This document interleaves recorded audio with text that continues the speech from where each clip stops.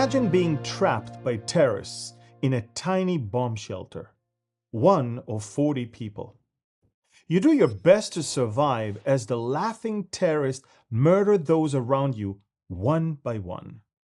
The victims pile up near you and on you as you struggle just to breathe amongst all the smoke and gas and effluence of death. In the end, you are one of only 10 who survive the 5-hour nightmare. This is the story of Rafaela Treistman, a survivor of the Nova Music Festival massacre. In this Anchor podcast, you'll hear Rafaela's tale of terror, sorrow, and loss that began on October 7th and continues even into the present. It is a story that must not be missed. So good afternoon, Rafaela. Good afternoon. It's a great honor to have you here at Connect Studios with our Anchor podcast, Anchor of our faith. It's the hope that we have, and your story brings a lot of hope to many people. And before we dive into what happened to you a year and a few months ago, I would like you to introduce yourself. Who are you and what brought you to Israel? Because obviously you're not an Israeli-born woman.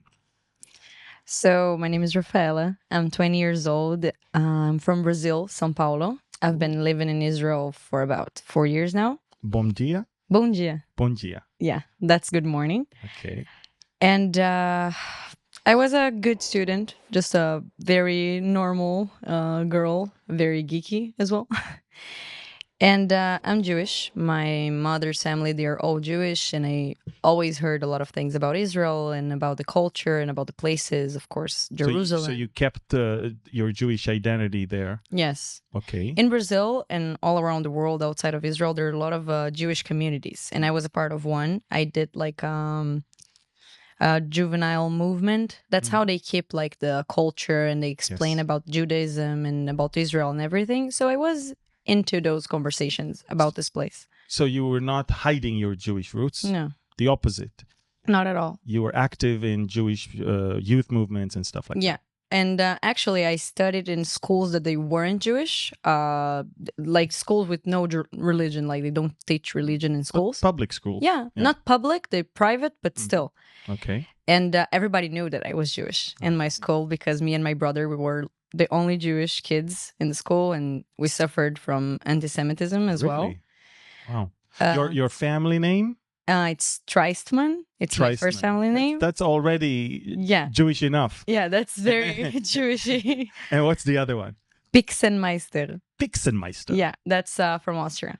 That's your Austrian name. Yes. And I never hide it. Like I was never embarrassed or anything about being Jewish. I didn't understand like why people don't like Jewish people. Like kids, they would do Hi Hitler every time I would go to a class, and they would call me names, and I didn't react because I didn't understand why. And a few months passed, and I decided that I wanted to visit Israel. I wanted to know the places and know Jerusalem and go to go to the Dead Sea and to be a tourist, to come to Israel and visit. That was my plan. And you were how old? I was 15 at the time. All right. 5 years ago. Yeah. And I came here to Israel to spend a month. And I always tell this to people that ask me, like, how did I feel when I got to Israel? And I remember being on the plane alone because I traveled alone and just seeing Tel Aviv. You were a minor that traveled alone to Israel. I like to do things by myself. Okay. But your parents had to sign some paperwork. No, they did my passports. Like with there's something in the passport of your children that you can put that they can travel by themselves or not. Somebody's helping you with the flight attendants and stuff like that. No, just like normal person. All right. Okay. Perfect. And so you're arriving in Israel and there's a connection. I just felt like home. Like I can't explain it. Actually, I just felt like I was in the right place and that I was filled up. Like something was missing. And then I got here. The missing piece was there. Yes. And it wasn't missing anymore. Like I remember getting into Ben Gurion and I was just amazed and filled by love. And I felt all this energy. Like I'm actually in the place that I'm supposed to be. I don't know how to explain that. It's crazy. I mean, I can explain that. Yeah. I'm Israeli, but I can say Jewish people belong to this place. Yes. And when they're not in this place, they will forever lack that peace. And you found that peace When I came upon here. arrival. Exactly. Yes. Okay, go on. And I remember like the first things that I liked about Israel was first of all the security, because I lived in São Paulo, and as a woman it's quite hard to go and walk around by yourself. You can walk around like with your phone or anything outside. Like you have to keep your things to a minimum that you bring on the street. Mhm. And I suffer from a lot of sexual harassment being a woman in Brazil. Wow. Everywhere that happens a lot. And when I got to Israel, I remember I was shocked that I could just like walk around with shorts at night with my phone. I was like, that was the most crazy thought. So you're not mugged and the No, phone I is, was like, and you're not harassed. can I get out? Like, can I do things? And I felt very free here. And I felt like, I don't know, Brazilians, they're very warm and happy people. And I love Brazilians. Of course, I'm from there. But there's something about the honesty in Israelis that I like a lot. Like people go straight to the point. They don't play around. They don't tell you they're someone then they're not usually. You know what I mean? Yes. Like they Trust me, I do. yeah, it's like you want something, you get Yes. it. You don't have an option on how to do something. If you don't have an opening with a door, you're going to find a window, and if there's no window, you're going to the roof. Yes. Like you always find another way to solve your problems, and that's something that Israeli people know how to do very well. And Proactive, innovative. yeah, like all of this came together, and together with the Brazilian culture, it made me feel very, very confident.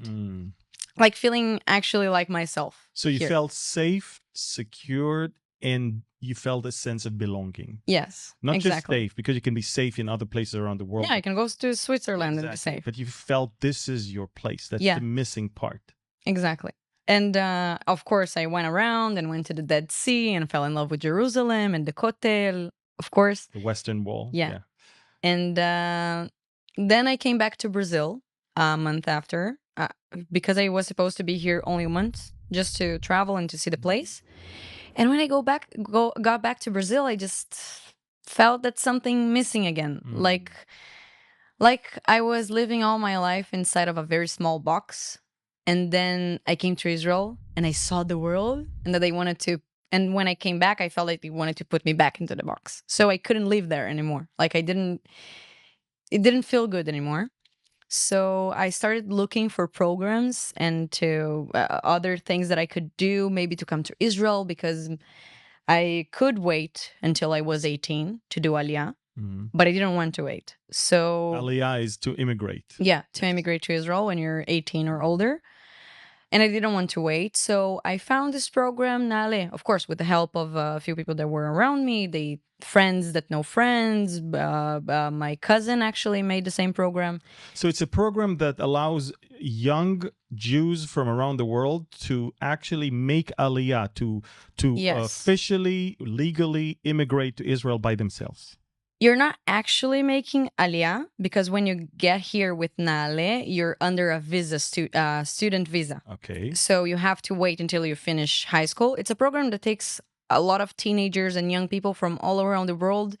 And we live here in campuses where they teach us Hebrew, Ulpan, which is like the Hebrew classes. Your Hebrew is phenomenal. Thank you. Wow. It was a very hard job learning Hebrew. Yeah, because, sometimes I know people that, they live here for 20, 30 years and they don't have Hebrew like that. Yeah, but I made an effort. Yes. I made an effort to learn. Perfect. And they teach us a lot about culture, Nale. They take us to all sorts of places in Israel so that we know the places. Like they tell us historically meanings of new places. Everything that you need to start your life in Israel, they give it to you. Even talking with soldiers and talking about the army and explanations about that and everything. You have like a support system here in Israel. Which prepares you for your future in Israel. Yeah, exactly. So I lived in this campus in Even Yehuda, which is a city close to Netanya. And I lived there with a lot of people from Latin America, a lot of people from Spain and Mexico and Brazil and Argentina and Peru, Uruguay, and everything that you want. Because a lot of thriving Jewish communities in those countries. Yeah. In Brazil, there are huge Jewish communities, even in São Paulo. I think the biggest Jewish community in Brazil, if I'm not mistaken, is in São Paulo. Mm-hmm. And there I learned some Spanish as well. And then after I finished, so you had to come all the way to Israel to learn Spanish. Yeah. No, I knew a little bit of Spanish before, but here I learned it better. And after I finished my high school, because I was supposed to finish my high school before, but because I came to Israel, I had to go back a year and a half in school. So I could learn Hebrew because I couldn't do baguriot. How do you explain baguriot? These are SATs. It's the sort of high school diploma test. Yes. So I had to learn Hebrew and I had to go back a year and a half in school. And afterwards, I was supposed to get into the army. I was looking forward to it. I really wanted to get into the army. And before that, I wanted to travel to Brazil just to spend like a month or two with my family because I didn't know how the army would work. Like how much time would I have to travel and see my family and friends. So I went there. And when I came back like a month or two after I came back from Brazil from traveling, what month was it? It was so in 2023. Yeah, I came back in August of 23, and of course we all know what happened a couple months later. Yeah, in August. So and something happened in those couple months between your return back from Brazil and the Nova Festival, music festival, and that you met someone. Yes, I met different Hanani. Party. Yeah, you met Hanani. Hanani is also a Jewish Brazilian. Hanani is not Jewish. Not Jewish. His father's family, they are Jewish, but his mother is not Jewish. Let me just explain something. Biblically, Hanani is Jewish because it was always after the father in the Bible. In the Bible, yeah. Yes, otherwise, King David is not Jewish also. No, but he didn't feel Jewish. He didn't. But what was he doing in Israel? He came here to be closer to his father, but he wasn't Jewish and he didn't believe in Judaism. Okay. And when Hanani, by the way, it's a pretty Jewish name, by the way. Yeah, I know. And Hanani and you met in a gathering, party, whatever, and that's him. In fact, we're looking at you and Hanani. You're having a Brazilian flag around you. Actually, yeah. And Hanani was a gifted musician. He was an artist, and ever since there is. We met at a party in Netanya. Okay. A party with Latin music and Spanish. It was a close party from one of his friends, Kesem. Mm-hmm. And I always thought that I saw him like a little bit further from me. I was with my friends, my girlfriends, and then I saw Hanani smiling at me, and I just melted. No, like actually my world stopped. Like really? Actually, look at the smile. Like I couldn't. And Hanani is basically your boyfriend for those 2 months. Yes, we met, and of course I didn't only fall in love with him, but I fell in love with the person that he was. He was like a bomb of light everywhere he went. He was an artist in every way. He would write and he would sing and he would play the guitar. And you even wrote a song and you sang together. We did. I think we have a video of you guys trying to sing the song that you and him wrote. Yeah, there you go. So that's... This is a song that actually we put Spanish, Portuguese, and English together in one song. Wow. And we were super in love and we had a lot of fun together. And he was the kind of person that never leave anyone feeling outside. He would always worry. He would always help.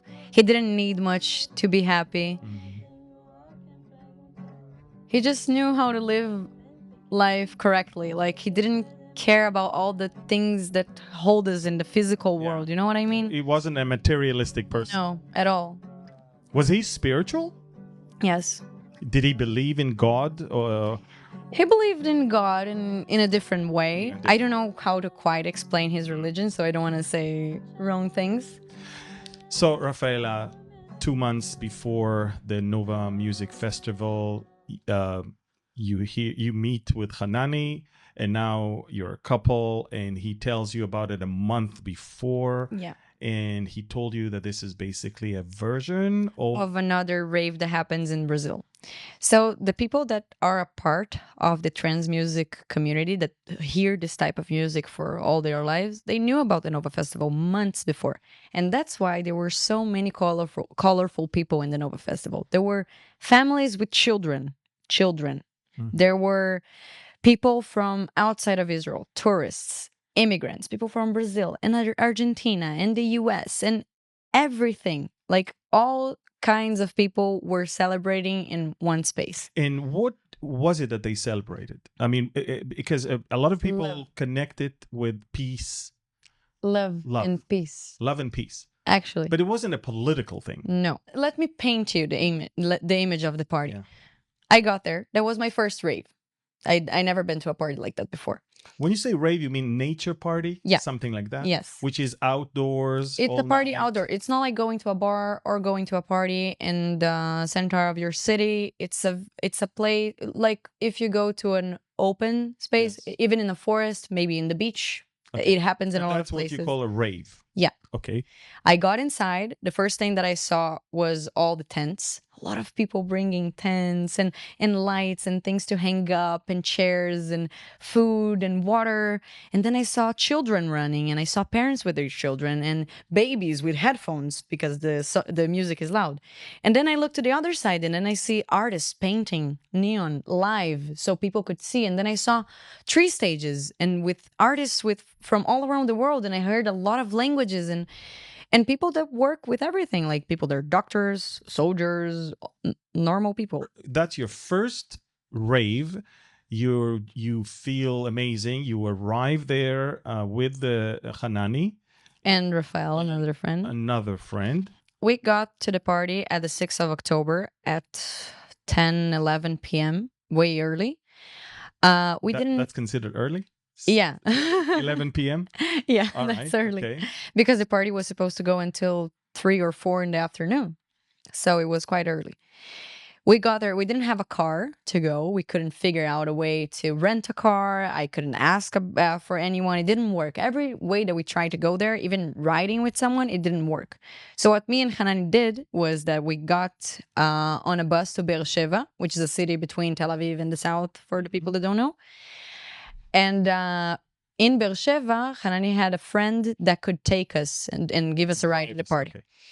So we got there and we met Rafael, which was another friend of Hanani's. Also Brazilian? Also Brazilian. Okay. And the 3 of us, we made an amazing day. We made a McDonald's picnic in the middle of... Do we have photos from that day that they were on their way? I think there's only a video of us in the bus. Okay. I think so. A video of you on the bus with on Hanani. The way with Hanani on the way. Yeah, on the way. Okay, so this is the video. And actually what he's saying here is that we're still alive and with serotonin in our bodies, and we'll come back from the party all dead. Oh. That's actually his words. Wow. But he meant dead. Yeah, dead, exhausted. Tired. Okay. Of course. And that's the bus ride on October 6th. Yeah. The day before, that's the bus ride from Ramat Gan. From Ramat Gan to Beersheba. Yes. Okay. And we got there, we met Rafa, we made a very fun day. We did a McDonald's picnic, and then we went to Rodrigo's house, which is a friend of Hanani's, that he lived there. There we played music, and we laughed, and we talked, and we tried to convince Rodrigo to come with us to the party, but he didn't want to because it was very expensive for him at the time. And so he gave us a ride, and we got into the Nova side, and that's where I saw all the things that I already explained to you. And you were looking forward to it. I was very excited to go. And you were excited, and you got there, at 11 p.m. and you had some fun there. You danced. I mean, the first thing that we did was in the line to get into the party. We heard Portuguese, and we didn't have any tents or chairs or anything with us, just small backpacks. So Hanani heard Portuguese and he was like, "Hey guys, are you Brazilian?" They're like, "Yeah, we're Brazilian, of course." can we join you? We don't have anything. And then they were like, yeah, of course, come. Because that's what raves are about. You treat people that you never saw in your life like your brothers. That's the beauty of it. Yeah. So you feel welcome, you have friends around you. And do we have anything from the dancing that night? I think I have one video of Hanani in the beginning of the party playing with the dapo. Yes. Okay, so that's trance music? Yeah, that's a type. That's one type of it. There are a lot of different sorts of. So that's the at the Nova Music Festival site. And people playing around like children. Like you come and you bring toys and you. Can I safely say that we're at October 7 already here? Yes. That's like 1 or 2 a.m. No, this is at 12:30, 1 a.m. So, but we're October 7th. Yeah, this is October 7th. October 7th. And did you feel anything wrong before or during the festival prior to the actual terrorist attack? I'm talking about, do you see any signs? There were a lot of signs in the week before, but we didn't know how to listen to them. Like what? First of all, I got very sick. I had an infection in my teeth, something that never happened, and I had to go to an emergency doctor, and they put anesthetic, and I had to spend like 3 days at home taking antibiotics, and I thought that I couldn't go. Then we couldn't rent a car. We couldn't find a car to go. We couldn't find a friend to ride, and we had like Hanani had friends that were going, and we couldn't find a way to get there. Then at the day, and then I tried to cancel my tickets to the party at I think it was a Wednesday, and the party was supposed to be Friday, Saturday. And I sent them an email saying that I needed to cancel my tickets and Hanani's because we couldn't find a way to go. And then they responded to us saying that it was too late. You will not be reimbursed. Yes. And then I said 400 shekels to a party, and we're going. And 400 shekels. Yeah. That's more than $100. Yeah. Yeah. And then at the day of the party, it was very weird because we were in Hanani's house. He lived with other 3 boys. And Kesem, one of his friends, we went to say to him goodbye, and we gave him a hug.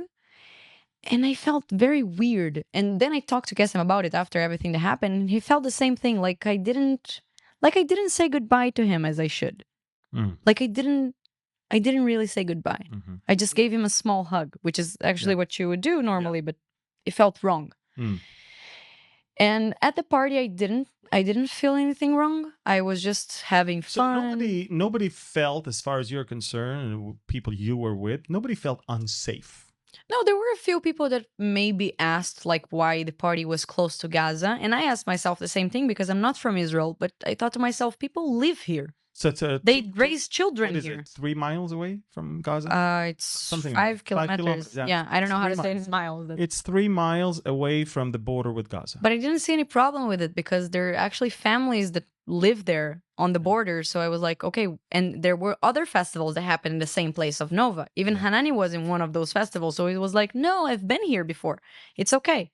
And I was like, what I understood, there was at the same very evening another private. Yes, there was a private party. Yeah, that the people knew about it only hours before where it is, because it's private. So what I mean by knowing about the party, it's like knowing that a party like that will happen. But the location, I also got like 2 hours before the festival. Okay, got it. Something like that. Okay, so it's not just one festival. There's another party going on there, and nobody feels anything wrong because obviously you're not in the military. You don't know. You just come to a party. No, but there were people. There were soldiers that came to the party, and so you're saying, you felt even safer knowing that hey, part of the people that come to celebrate here are actually they know what they're soldiers, doing. And if they knew something is wrong, they wouldn't have come. Yeah. So you guys are having fun and dancing, and then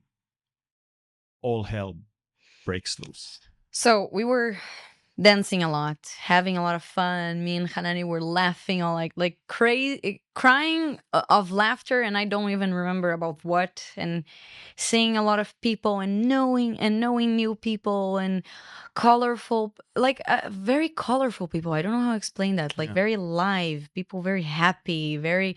So the last thing you can say about the people of the Nova party is that magical, like that they you cannot say they were mean and they deserve to die. What I'm No, trying to say, seriously. they didn't do anything wrong to anyone. No, actually, I think that the people that were killed in the 7th of October from the kibbutzim and from the party, Yeah. they were the most enlightened people that I've ever saw. People that actually, Peace loving. yes, And they actually, if anything, these are people that want the Palestinians to live in peace and have. these are the people that don't want any war. Correct. That's sad.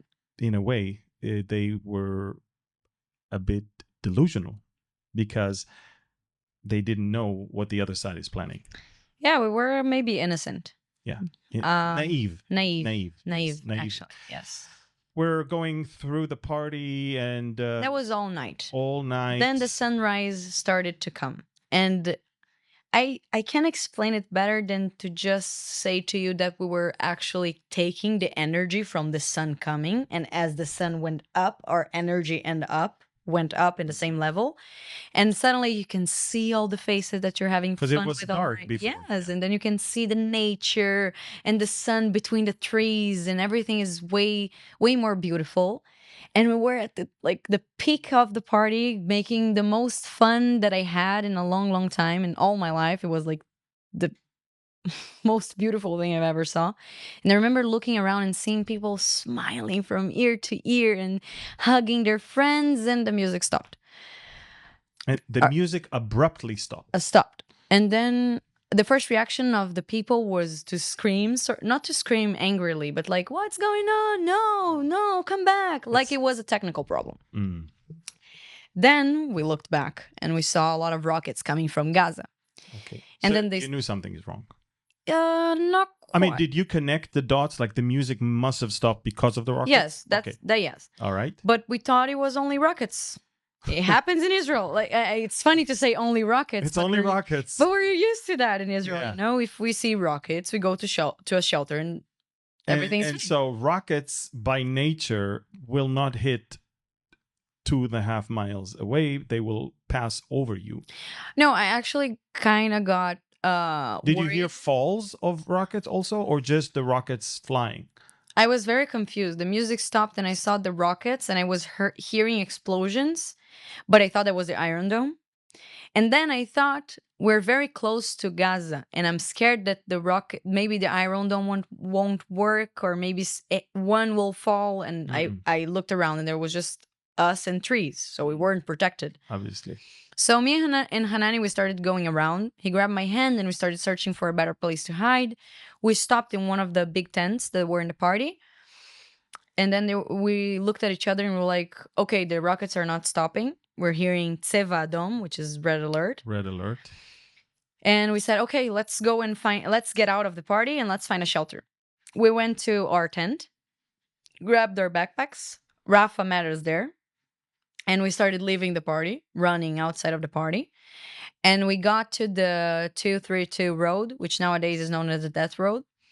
And so you can understand how not worried we were. We were talking about the sunrise, saying, wow, that's such a beautiful sunrise. You were still excited about the party. Yeah. And we were saying, no, just in Israel, a party can end up in rockets, and laughing about it. And you're still laughing and you're still smiling and positive. There you go. We're like, I can't even explain what's happened here. So He's like, look at the sunrise. He's like, I can't believe the party's over right now. This is after the rockets were already flying? Yeah, you can't even see the rockets in this video. It wasn't too intense until this point, because this was still before 7 a.m. Yes, and you're just innocently trying to just find a safe place. Well, I saw the interceptions. Yeah, there are a few interceptions that you can see in the video. You know, you're still there, positively thinking things would just be fine. No, just okay, we're worried. It's kind of stressful, but we'll find a road shelter, and that's fine, because in the south you have at every bus station there's a road shelter, which is kind of this block of cement. It's a concrete block that is basically serving like a room, safe room, where you can run into, and no pieces of the rockets can fall and hurt you, basically. Exactly. And it'll also protect you from the explosion itself. Exactly. And so here you are. So we got there, the three of us. So you're sitting in a bomb shelter. We're sitting in a bomb shelter, smoking, as you can see. And smiling. And smiling, of course. Look at you. And this is This is when that safe room is still pretty empty. Yeah. We were the first ones to get inside. And then like 5 minutes in, we saw like maybe 4 to 5 more people that got inside. Then a few minutes passed and then the shelter became very full. We became 40 people at a very small confined 40 space. people 40 crammed in a tiny room, and you were in the corner. Yeah, we were very to the end of the shelter, as you can see, and I stayed in that position. Which is exactly why you're with us today. Yes. And so you were right behind everybody. Yes. Because the entrance is on the other side. Yeah. So 40 people, and I guess by then you're not that smiling anymore. No. When we became 40 people inside of the shelter, we started to freak out because it was very, very small and very claustrophobic. And what about the noises from the outside? We were still hearing only rockets. Only rockets. When we got inside of the shelter, it was 6:50 in the morning. So nothing was happening so still. It's a 20 minutes after it all started. Yeah. And so obviously the Nukhba terrorists that were driving their pickup trucks and motorcycles and all that are not there yet. No, they're on their way. They're on their way. And then as many people as crammed into it. And I felt very bad. When I was inside of the shelter, I felt like something was really wrong. But I thought that the feeling was about the people that were inside. Like I just thought that I was feeling that bad because I was in a very confined space. And they wanted to leave, but everybody was saying like, guys, we know this is very hard and we all want to get out of here, but let's just hold on for a few more minutes because the Tseva Dom red alert will stop and we'll be able to get out. So I was just like trying to, okay, I'll stay here. Stay here for a few more minutes. Yeah. That's every time you convince yourself. Like, just a few more minutes. Few more minutes. I'll get out of here soon. So just so people understand, it's a tiny box made of concrete where the few of you are in, then it's getting fuller and fuller. And by the time it's packed with 40 people, you are not feeling well. And you can tell that it's not going to end up too soon because it's just non-stop rockets. Yeah. Because we say, okay, a few more minutes. And the rockets, they don't stop. Yeah. And it usually, the alarms, the sirens, they stay on for few seconds even. You know, I think from what I heard, and correct me if I'm wrong, there were more than 500 rockets. More? No, I mean within the first 2 hours. Yes. So that's insane. That's so you're, you know, we're now on the timeline. It's 8 and then 9 o'clock. No, it was earlier. Earlier. This is like, we were fine until like 7:20. So you're saying you're there for 30 minutes. 30, 40, maybe something like that. And it's already becoming life-threatening. Because I thought that sirens would stop, and they didn't. And then... So when is it that you heard of the actual terrorists? When we heard there was a problem, it was already too late. I know, but my point is, did you hear that? I heard gunshots, a lot of gunshots. At the very beginning, when the gunshots only started, Hanani did something that was quite smart because he wanted to calm me down. His priority was to just calm me down and to protect. So he put my AirPods on my ears and he told me to put on noise cancellation and to hear any song, anything at top volume. And he did the same. So at the very beginning of the gunshots, because we couldn't leave, we couldn't get out because of the people. We couldn't move there. You were basically stuck in the very back. And the people were hearing the gunshots. They were coming closer to the back, so we couldn't move whatsoever. And he saw that situation, and he understood we couldn't move, we couldn't leave, we couldn't do anything, so chill. And I started hearing music. Of course, the gunshots, they became more intense. And we started hearing a police officer from the outside of the shelter. She was screaming at her radio. She was saying, we need reinforcements. They're terrorists, Hamas terrorists, Tseva Dom, and screaming and screaming and screaming. And suddenly I couldn't hear her voice anymore and I heard a lot of gunshots. So we understood that they killed her. They're outside. After they murdered her from the outside of the shelter, they threw inside the first gas grenade that they threw. Gas, the first one. In less than 1 minute, we couldn't breathe whatsoever. It was a very, very small space to be with that amount of gas. Anyway, with 40 people, it's hard to breathe anyway. Yeah. And now it's gas. What is it? No, gas. Just gas. So they brought it with carbon gas. They brought it with them. Yeah. My first thought was, oh my God, we're Jewish in a very small space and gas. So the first one that came... Holocaust. I thought, okay, I'm dying as a Jewish in the Holocaust. Because in the same year I was in Poland. And after the first grenade, they started throwing other grenades. So gas grenades, strapple grenades, hand grenades, the normal ones. It's a stunt. Stunt grenades, Molotov cocktails. And they started getting inside of the shelter themselves and started shooting people around. And then people started falling because they started dying. And the people that tried to run outside, they were shot or kidnapped. And some people from your shelter were kidnapped? One guy from my shelter. He was kidnapped. He was very next to me, actually. I'll get to that. And they started doing like these cycles of throwing a lot of grenades, waiting for the gas to come down, and then they would get in themselves and start like on people and started shooting randomly at all places. Executing you, basically. Yeah. And I was seeing them, but they couldn't see me because I was under a lot of people. And in the middle of all that panic and blood and people getting very injured because grenades. And where is Hanani? Next to you? He's next to me, putting his body on me, hugging me. And I'm like, what is going on? Yeah. I was saying to him, like, what is going on? What is going on? And he was like, we're in a terrorist attack and we're in a war and take care of the water and I don't know what. And I was like, I want to go home. I was in my house like a few hours ago. What is happening? He's like, we're in terror. I want to go home. I couldn't make sense of anything. And meanwhile, Rafa was on the both of us and he was praying in Portuguese with all of his power. And at some point in the middle of the mass shootings and explosions and everything, a woman fell on me. She was literally on me. And I couldn't move a millimeter. I couldn't move at all. I couldn't breathe at all. And I thought that in that point, I would die. I thought that was the point that I would die. So I started, the only thing I could do was try to say to Hanani and Rafa to try to help me get her off me. But imagine, 40 people panicked, coming more to the inside of the shelter because of all of the gunshots. More and more. Dead people falling, people bleeding, blood everywhere. And this girl, she was hysterical. She was panicked. She was screaming and throwing herself down and biting. She bit Rafa in the side of his chest. He still has the mark until today. And Hanani, that was calm until then, very calm compared to the situation. He started to lose it because they were trying to pull her off me and she didn't want to move. She was strong. She was panicked. She wasn't with us. She wasn't understanding what we were saying. So now your big struggle is actually not the terrorist as much as someone who is actually blocking you from even moving and breathing. Yeah.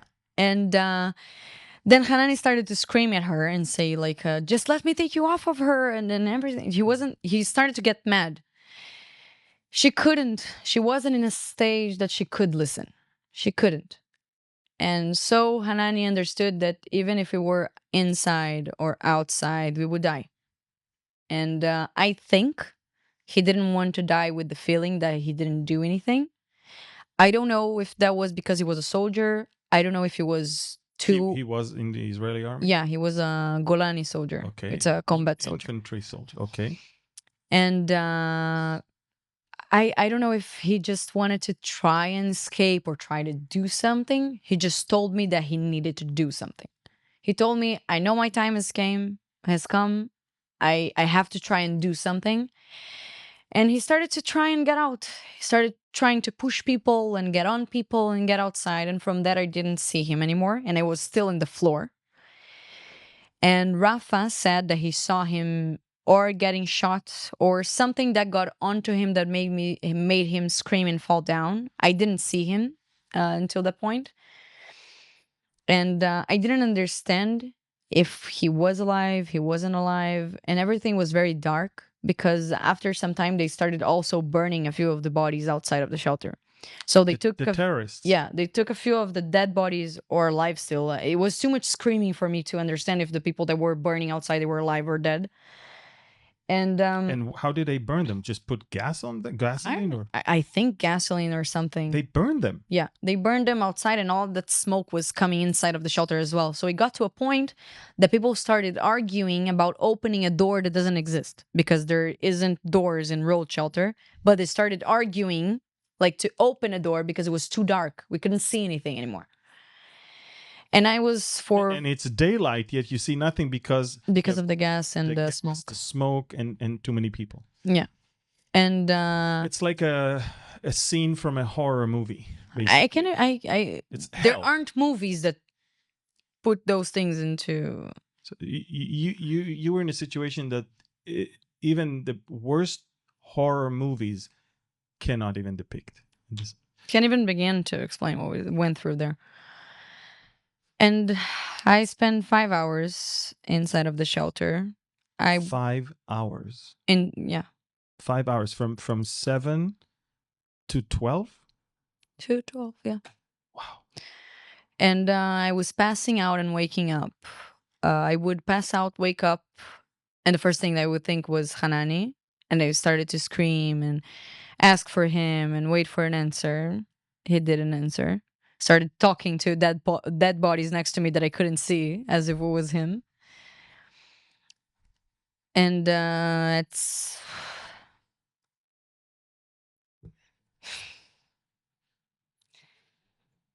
Yeah. and after those 5 hours that I was in there, I couldn't see Rafa anymore. Rafa also was gone. I didn't see him. I would ask him from time to time, like, "Are you alive still?" He was like, "Yeah," or doing some noise. And I was just trying to not lose it. I knew that I would die. I accepted that. I couldn't talk to my phone to anyone because my hands were filled with blood and other liquids that bodies Yeah. let out. And I couldn't touch my phone. Like the touch didn't work. Hmm. So I couldn't answer anyone. Did people look for you? I mean, They people tried to call tried me. to My call you? phone was ringing all the time. By that time, anyone in Brazil knew about it and Yeah. Yeah. tried to I get a talked to my friends afterwards. They knew I was in the party because I posted it. This video that I showed you with Hanani and his Napo, it I was posted it. a story on Instagram or Yeah. something. So they knew. And I put the location Gaza City. Wow. And after all the time, I was seeing they kidnapped a guy that was next to me. His name is Omer. He's still in Gaza. And so one is kidnapped, but how many people died in that shelter? Out of the 40, 30. And 10 survived. 30 people died. Yeah. After all the time, I saw. I mean, 30 people were murdered. Yeah, they were murdered in very cold blood, and I mean cold blood because at the time that I was, and I want to explain the picture because I think it's important to people. Imagine me in a corner under gas, blood, liquids, and whatever. People screaming and praying for their lives. People without dismembered. People that you can't even recognize them anymore because they're exploded. And everything is going on. All of those people are crying, screaming, and dying. And the terrorists that are shooting, They're laughing. laughing. That's the one thing I keep hearing. They were laughing. It's a glee. It's a joy. But they weren't laughing like softly. They were laughing. It really Made them proud, satisfied. It almost like this is why what we were born for. Yeah. Almost, it's like the highlight of their life, basically. By the way, when we interviewed or interrogated some of the captured terrorists, that's what they said. They basically said, this is the best moment of our lives. I mean, we've been waiting and praying and hoping and dreaming of the day we can actually, because all their lives they were taught to kill Jews, and to murder Jews, and now they got a chance to do it. And that was super amazing for them. And that's why I always say that I didn't feel scared from the terrorists. I felt disgusted. Because I'm a person that I feel others. I feel other people energy, and that what makes me connect or not connect with someone. like I can read people very easily. And when I saw and heard that, I just I just desperately wanted to pull them away. But not because they were killing me, but because I wanted them to go away. To because go. it was disgusting. It was too disgusting. And people don't understand that this is what they were brought up like. That's what they were this is born it. to do. That and every time people tell me there was just terrorists, but the rest of the people of Gaza, they're all innocent people, and It's you're not killing. true. I keep telling them, you don't understand what It you're wasn't saying. Hamas terrorists. There were people dressed as civilians. Civilians. It wasn't terror. Unfortunately, the people that are living in Gaza, they learn from the moment they are born that to kill Jews is good because they it's don't have actually any a commandment. It's almost like yes. you have to. Yes. And so here you are. It's been 5 hours since it all started. This whole mayhem, this whole nightmare during the day started. What happens at around 12 noon? Who came to help you? I saw a guy coming inside of the shelter, screaming, taking someone, and getting outside. He was dressed all in black. Uh, and as you know, Israelis, they quite look like Arabs at sometimes. So I thought he was a terrorist. And I can't hear well until today because of the explosions. So then I could hear even less. And that my mother's language is Portuguese. So a guy screaming in Hebrew didn't make sense to me at that point. And he was getting inside and screaming and getting outside again and grabbing someone. And every time he had someone different. And I started to try and pay attention to what he wanted. And he was screaming in Hebrew, Mi adain b'chaim, mi chai adain. So who's still alive? Who's still alive? Give me a sign of life. And he was screaming names. One of them, Noam, his girlfriend, she was killed there as well. And one of his best friends, the other friend, he came out alive. The guy that was coming inside and outside, his name is Daniel. He was one of the people inside of the shelter. And a few minutes before the terrorists arrived, he got outside to pee in the middle of the trees. So they didn't. And when they arrived straight to the shelter, he just stayed outside.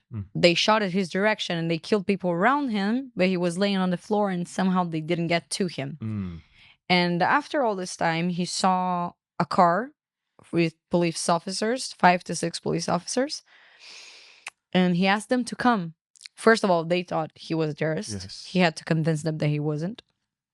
Then they got to the shelter and they say they didn't have time to help anyone because they were in the middle of the battle. Then they saw everything and they said everybody here is dead. That's how it looked. And then they couldn't breathe inside of the shelter. So they didn't have time. They were stressed and they didn't want to stop. So Daniel had to convince them to help us. And he started taking people outside. And when I understood what he was saying, I somehow just got up and I told him the only thing I said to him was, "Bevakasha totzi oti mipo, just take me out of here." And he told me to come because there were a lot of bodies, so it was easier for me to come to him than he to come to me. And I started looking in the floor and started searching for Hanani. So I started seeing like how people looked. I started to analyze each and every one because I wanted to find him.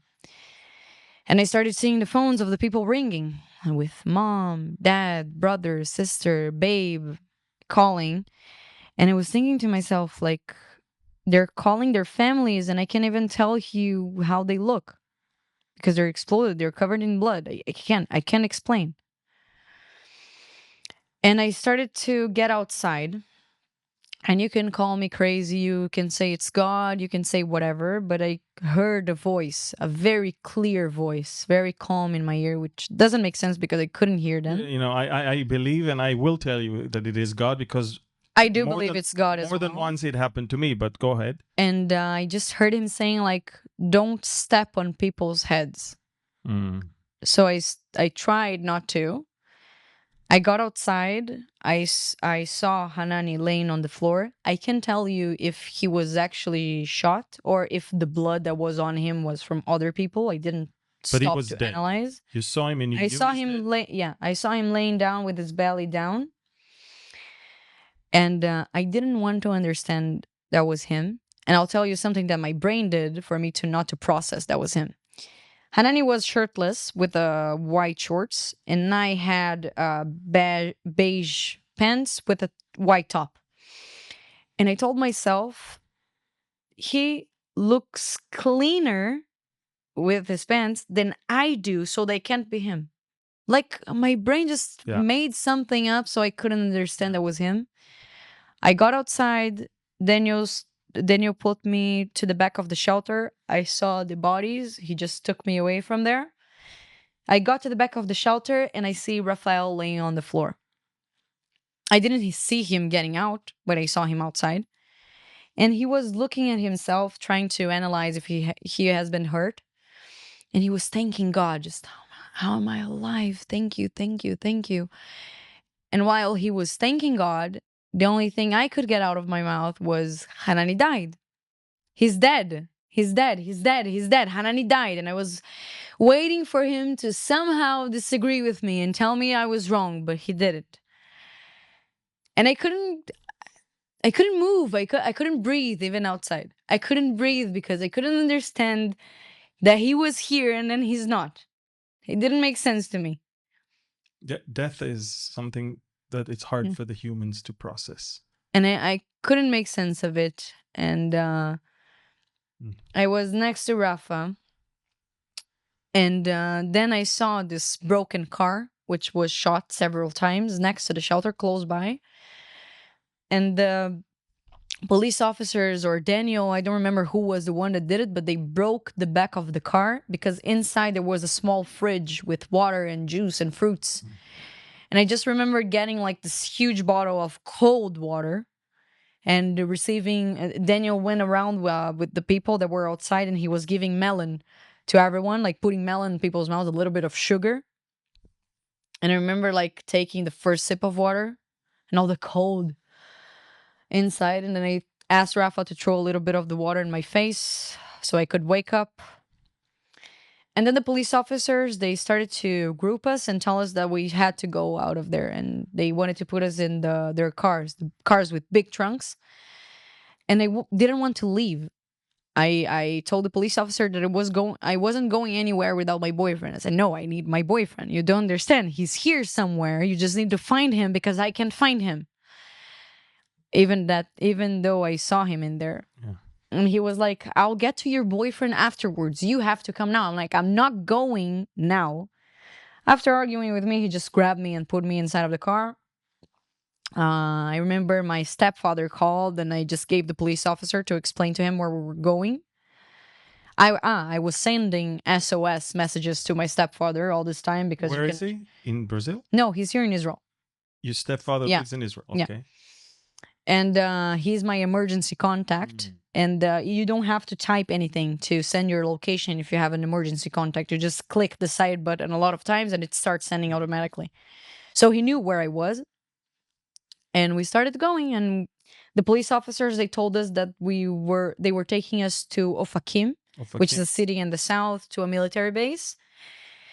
In the middle of 5 to 10 minutes after we started traveling with them, we had to stop the car again because there were other terrorists on the street, and we had to lay down under this truck that was further away in the sand. We stayed there for about an hour, and then they got us back into the cars, and they took us to Ofakim. There was the first time that I saw soldiers. Because Ofakim also had an invasion of terrorists. Yes. We were in the military base. Okay. And from there, ambulances got us to Beersheba, to Soroka, which is a huge hospital. Just when I got to Soroka, I understood that I wasn't in a terrorist attack. I was in a war. Because I was seeing people running and screaming and messes and dead people and families going around with pictures, desperately looking for their loved ones, and people dismembered and a huge mess. A lot of people very injured. And I was seeing like people's faces looking at the survivors, and I didn't understand how I looked so that they looked at me that way. Like sort of a pity, panicked, I don't know. And how did you have blood on you and stuff like that? I was all covered in blood. Covered in blood. Okay, but And smoke. Were you injured yourself, or it was just other people's blood? Okay, so the irony from the shelter is that all the 30 that were killed, they were very, very severely injured. And the people that got out alive, Nothing. Not even a bullet. Nothing. Because we were under all the other people. Of course, I had some strapples. I couldn't open my eyes for a month because of the gas, my ears, but nothing too serious. And I was laying there. Rafa was next to me. At some point, they took him somewhere else. I didn't see him. And when I would ask the doctors, they didn't know who I was talking about because it was a mess. Chaos, yes. Chaos, completely chaos. And after 3-4 hours, I saw this doctor talking to my mom. And he was like, I saw you looking for your daughter all around and I found her for you. This is Rafaela. He opens the curtain. She looks at me. And she started arguing with the doctor. How can you say to a mother that you found her daughter if you didn't? And she started to go. She didn't recognize me. She went away. So your mom is in Israel. She's not in Brazil. No. And she was looking for you. In the hospital. In a hospital. She got to me. She looked at me. And she didn't recognize me. When she started to go away, I said, Mãe. Mom in Portuguese. And then she looked at me like, it is you. Where? No, where did I come from? She got very close to me. And then she saw my eyes, the green and blue of my eyes opening a little bit. And she was like, this is you. And then she started crying and my stepfather came in. And then they did like the basic exams that they had to do. And my mom really wanted me to go home. So at the same night, I went. You were discharged already. Yeah, because I didn't have anything too serious going on. So, how do you move on from there? I mean, your whole life has changed. There are phases. First of all, for the first 2 days, I tried to really convince myself that I was crazy and that Hanani wasn't dead. And I actually did that. So for me, he died twice. Because I really started believing that he couldn't be dead. Then I received a phone call from his father saying that they recognized the body. And his father lives in Israel? Yes. And afterwards, we had the burial at the 11th of October, which was 2 days before his birthday. His 24th birthday. Fourth birthday. So it was a very hard week. I always say that the funeral was way harder than the 7th of October and that I would go through a billion 7s of Octobers if that meant that I didn't have to go through his funeral. Wow, that's a statement. Yeah.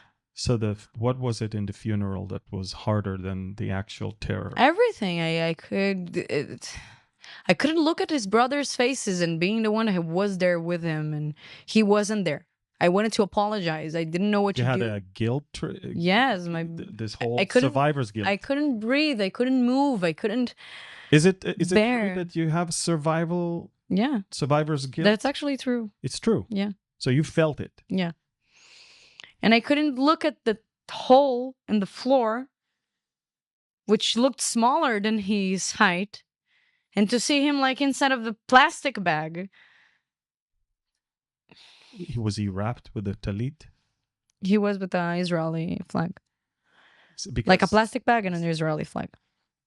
And I couldn't bear the thought that that was it. The first 2 months, I was like a zombie. I didn't want to live. I couldn't feel alive. I didn't want to eat or get out or do anything. My friends were desperate trying to help me.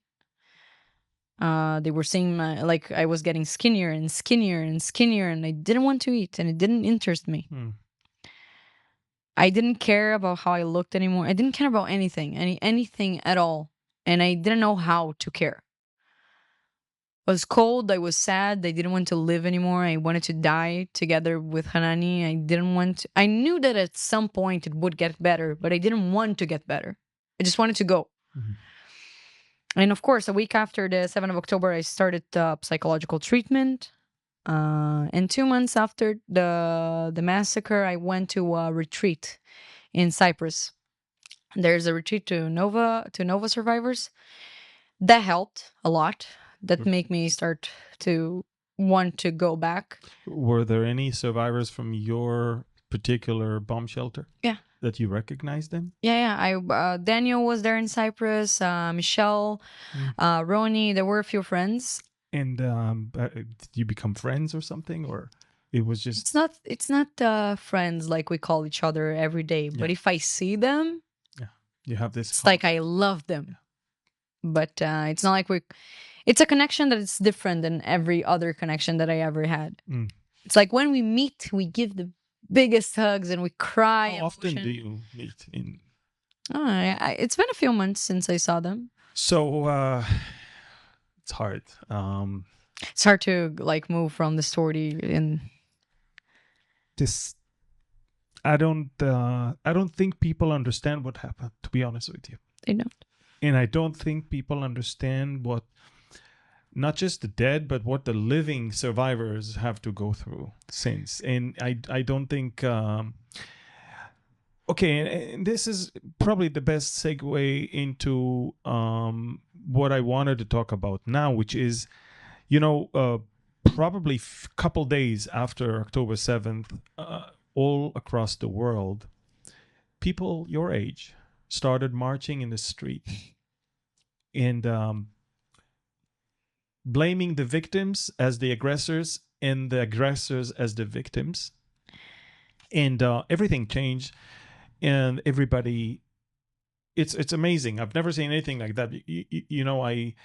I'm a grandson of Holocaust survivors, and what really intrigued me for many, many years is how come such a thing that was so well documented by the perpetrators. I mean, the Nazis were very, very, very proud of what they did, so they documented it and even admitted what they did, And how come within 50, 60 years, people deny that it ever happened?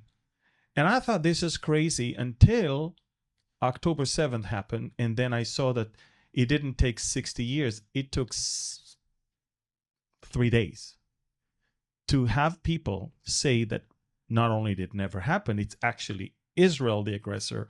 The Israelis are attacking the poor Gazans. And I worked as a spokesperson for the last year a lot of times, and I received a lot of groups, Jewish, non-Jewish politicians, ministers, students, and people that don't understand what happened. I put it in a very simple way. If I go right now to your house, inside of your house, with a machine gun, and I kill your wife and your kids, and I burn them in front of you, if you kill me, you are the protector. You protected your family, or you revenged, or it was your right. And I am the wrong person because I came into your house and I killed your family. So you are justified if you kill me back, right? And somehow, because we're talking about Israel, it's the opposite. No, let's praise the people that killed, they murdered in cold blood, raped, burned, and kidnapped. And I can say this, they are still praised, admired by the people of Gaza, right? Even right now. So here we are. It's been a year and almost 3 months since. Amazing. And Israel is in a war like never before. We're thankfully winning that war, but it was a very costly one. And you've been engaged in a lot of PR and a lot of explaining, basically, advocating for Israel, but as a survivor. The question I have for you is, has anything changed in your worldview? Everything. So what was the Rafaela before and the Rafaela after? What was it? Like, give me 3 things that are not the same. First of all, she was naive. Young and naive and Young and naive and hopeful and so how trusting. did you even think about then about Gaza, Palestinians, all of that? Yeah, And yeah, of what course. was it that you had in mind at that time before? No, I knew about the situation in Gaza. I know how the people were raised there. But I've been living here and I see those people coming here to work, you know? Mm-hmm. Like people that live in Yeah. Gaza, they have authorization to work here and they can live here normally. And you have Arabs that are politicians, and you have Arabs that take care of Jewish, and the opposite. So I thought it was okay. So you really thought there is a great coexistence? I from what I was seeing, because I'm from Brazil. I haven't been here in other wars. Yeah. So I was innocent. And what changed? Doing everything. It's like I was very I would feel every person's pain as my own. I was very empathetic a lot, and I would care Then a lot. or now? Now, It's different. because I've seen too much, it's like it actually makes you a little bit colder. Yeah. I don't mean I don't care No, anymore. I get it. I get it. So has your worldview of everything changed? Yeah, I don't trust anybody anymore.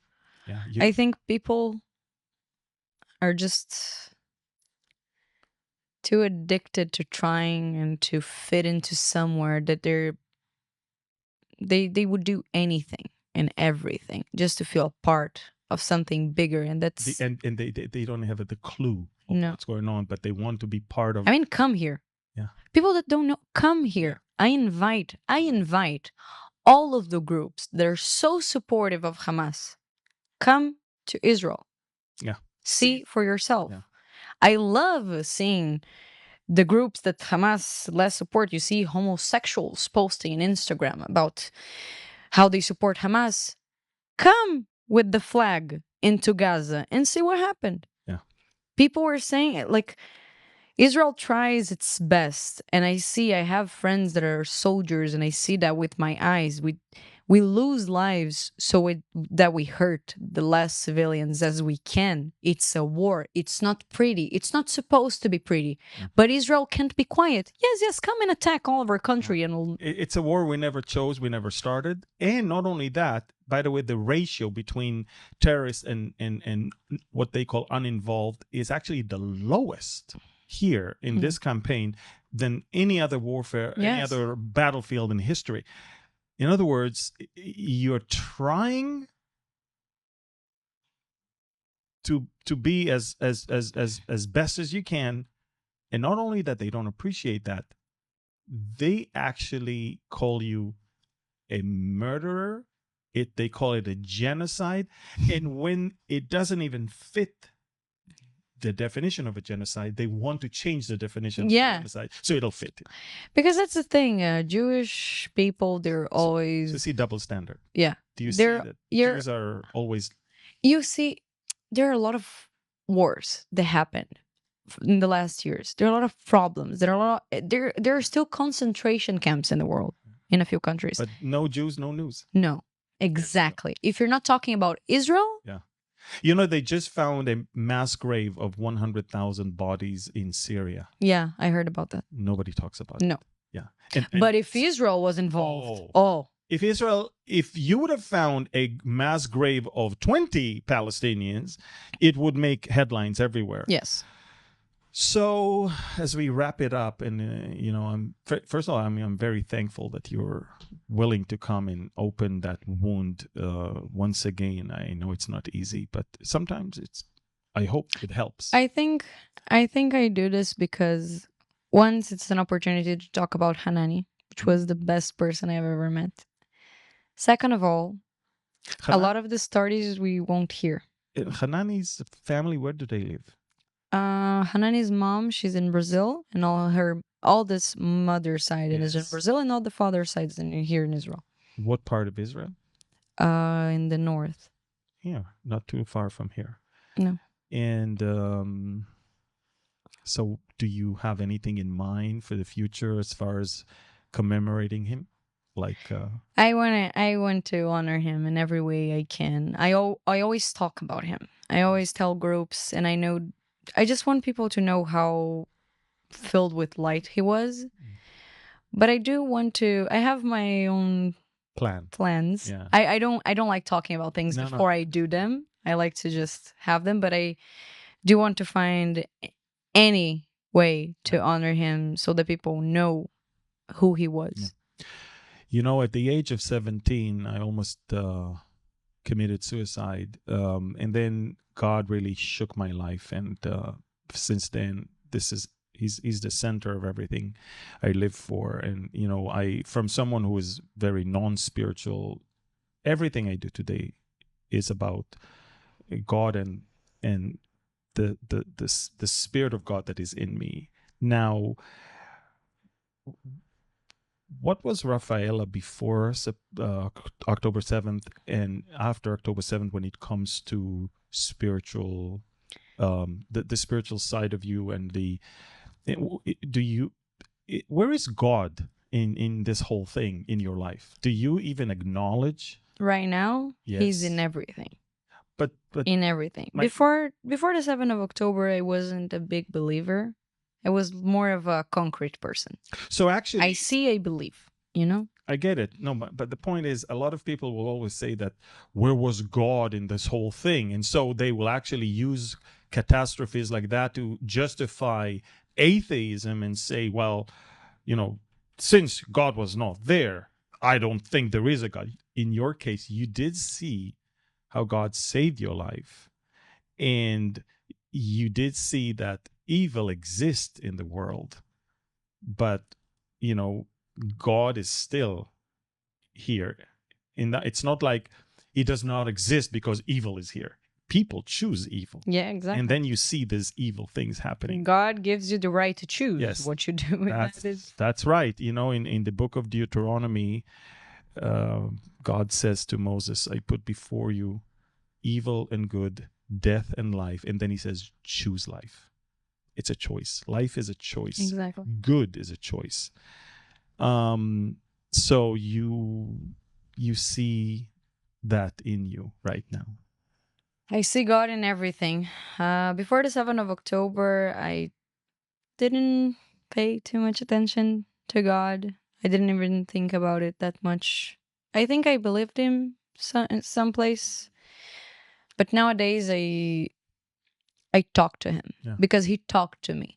I can't explain the voice that I heard, and I can tell you I received so many signs after everything that happened. When I asked for support, for show me that you're here, and he showed me in ways that you can't explain it logically.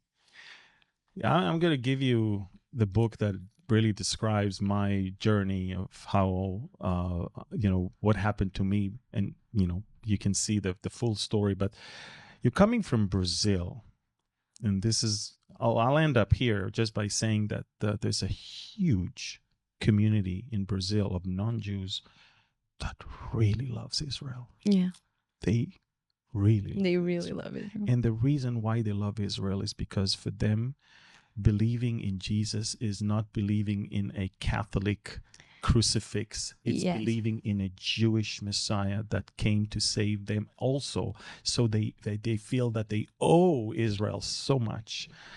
And there are a few people that come into the Jordan River to baptize themselves. But the love for Israel for them is divine. It's not earthly love. They believe that Israel cannot and should not be a nation that anyone should turn against, because they have a very unique reason for which they exist. And you don't want to go against God.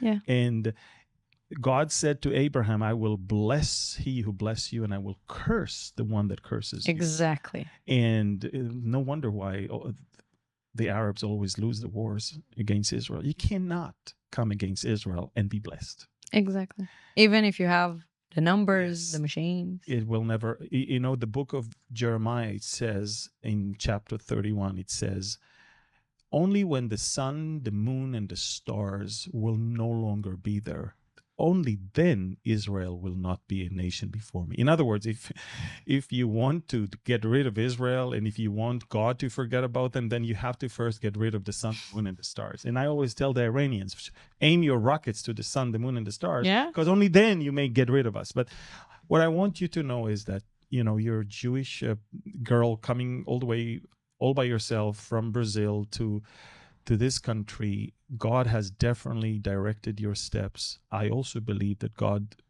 preserved you, and I know that He has much more to show you. I know it's crazy, but after a few months, a year, I can see that even if I don't like it, and I don't have to like it, we're supposed to go through some things.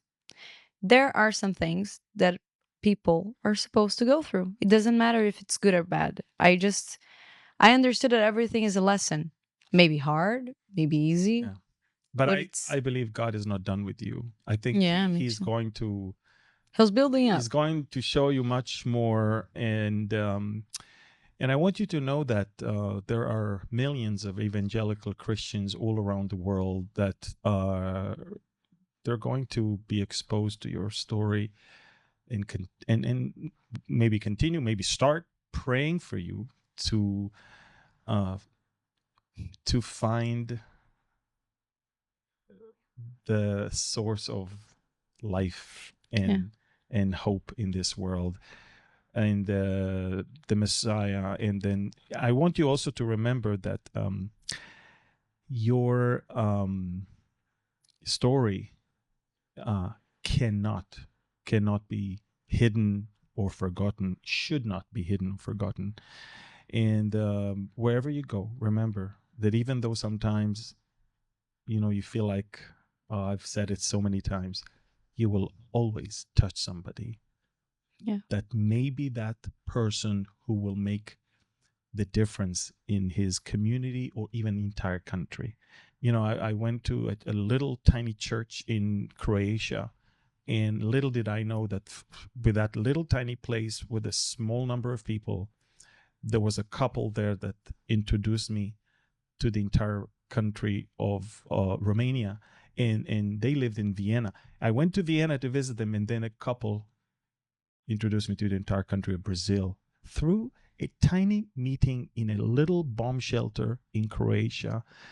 I met people who opened the doors for me to speak and teach about Israel in countries. Yeah. And so wherever you are and whenever you talk, remember, you are going to touch many people. And even if it's few, these are the It few. doesn't matter. These are the few that God is going to use for so many to hear the truth. And my prayer for you is that God will continue to work in your life. And yes, He's Amen. not done with you. And He will also show you Himself in a greater way. I hope so. Toda rabba. Thank you, Rafaela. תודה רבה. Thank you It so was much. amazing. And I really hope to have you here in maybe a year or so and to hear more of your journey.